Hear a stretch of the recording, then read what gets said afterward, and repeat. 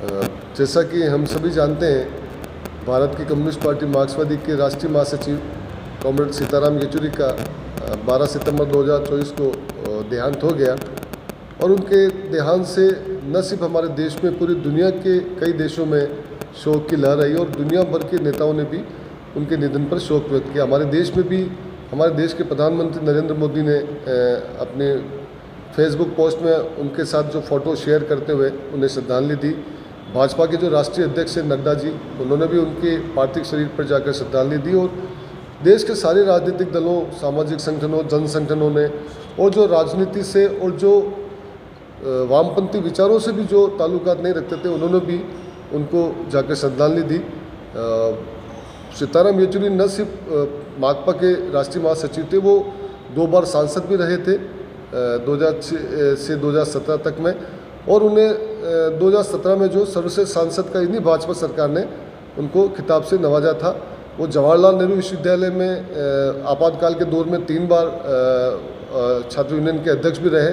और उनके बारे में आप समझ सकते हैं कि इंदिरा गांधी को उन्होंने सामने बुलाया और उनके सामने ये कहा कि भाई आप चांसलर नहीं रह सकते, वाइस चांसलर नहीं रह सकते, क्योंकि उस दौर में जवाहरलाल नेहरू विश्वविद्यालय का जो चांसलर था वो प्रधानमंत्री हुआ करता था। तो इस तरह के जो लीडर रहे हैं, उनके निधन से हम लोग भी बहुत शोक में थे। लेकिन हमारे जो उदयपुर के सांसद हैं मन्ना लाल रावत, उन्होंने 15 तारीख को एक फेसबुक पोस्ट लिखी जिसमें सीताराम येचुरी को संदर्भ करते हुए उन्होंने कहा कि ये विषैले वामपंथी हैं, हिंदू धर्म विरोधी हैं। एक पोस्ट में वो उनको ईसाई बता रहे हैं और दूसरी पोस्ट में वो उन्हें पूरे परिवार से इस्लाम धर्म ग्रहण करने वाला बता रहे हैं। और साथ ही साथ उनकी जो पत्नी है सीमा, उन पर भी अनगिनत आरोप लगा रहे हैं। हमारी जो संस्कृति है, जिस धर्म की ये दुहाई देते हैं, हिंदू धर्म की, उसमें भी ये एक जो मरने के बाद चाहे लाख बुरा इंसान हो, उस पर भी शोक व्यक्त करते हम लोग चलते हुए, उनके बारे में कोई बुरी बात नहीं करते हैं। लेकिन जहाँ तक सीताराम येचुरी की जहाँ तक हम लोग बात करें, तो वो उनका जो जीवन जो है पूरे देश के लोगों के लिए, मजदूर किसानों के लिए एक तरह से एक आदर्श जीवन था। और वो जाते वक्त भी उन्होंने अपनी जो बॉडी है वो कॉलेज को, मेडिकल कॉलेज को उन्होंने डोनेट की, जिससे मरने के बाद भी वो काम आ सके। जहाँ तक व्यक्तिगत रूप से धर्म की जहाँ तक बात हम लोग करें, तो वो धर्म हम लोग मानते हैं व्यक्तिगत मामला है। सीताराम येचुरी भी ये मानते थे और मार्क्सवादी कम्युनिस्ट पार्टी के जो कार्यकर्ता वो भी यही मानते हैं कि कौन किस धर्म को माने या कोई किसी धर्म को न भी माने। जहाँ तक सीताराम येचुरी की बात है, वो वैचारिक रूप से नास्तिक थे, उस पर किसी को आपत्ति नहीं होनी चाहिए, क्योंकि ये संविधान सबको अधिकार देता है कि वो कुछ माने या न माने। लेकिन हमारे जो सांसद हैं, जो संविधान की शपथ लेकर जो वो सांसद बने हैं और जिनका ये दायित्व है कि उदयपुर जो संसदीय क्षेत्र है, वहाँ की जो जनता है, उन जनता के मुद्दों को लेकर संसद में उठा के उन समस्याओं का समाधान करें। हम लोग आदिवासी इलाकों में देखते हैं कि किस तरह से यहाँ पर हालात बने हुए हैं, लोग रोज़ विस्थापन कर रहे हैं, शिक्षा की क्या हालत है, अस्पतालों की क्या हालत है, रोज़गार की क्या हालत है, किसानी की क्या हालत है, कितना उनके साथ भेदभाव है। उन सब मुद्दों को छोड़ के पिछले जब से वो सांसद बने तब से हिंदू मुसलमान, हिंदू गैर आदिवासी, आदिवासी, तो इस मुद्दों में लग के मुझे ऐसा लगता है कि एक तरह से वो पगला से गए हैं और वो ये समझते हैं कि वो एक तरह से गुड उसमें थॉट में आ जाएंगे।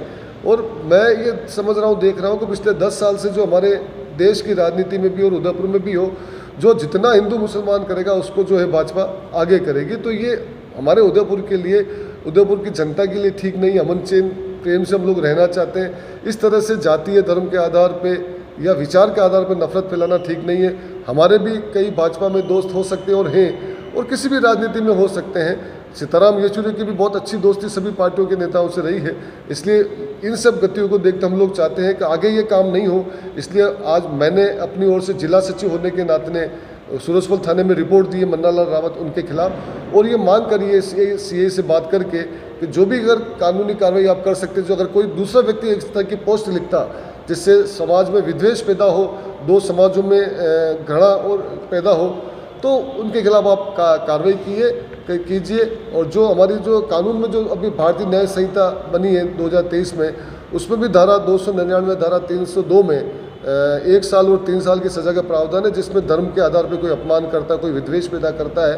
और ये एक तरह से जो भाजपा के कार्यकर्ता हैं उनको भी विद्वेलित करना चाहते हैं कि भाई ये जो कम्युनिस्ट है ये हिंदू धर्म विरोधी है, जबकि मुझे ऐसा लगता है कि धर्म जो है वो धारण करने योग्य बात है। तो अगर नफरत और हिंसा को धारण कराना चाहते हैं तो मुझे लगता है कि इनसे ज़्यादा जो किसी भी धर्म का विरोधी कोई नहीं हो सकता है। हम लोग ये भी चाहते हैं आम जनता से भी और खासकर भाजपा के कार्यकर्ताओं से इन पे लगाम रखें, हमें प्रेम से जीने दें और हमारे जो उदयपुर की जो समस्या है उन मुद्दों पर काम करें।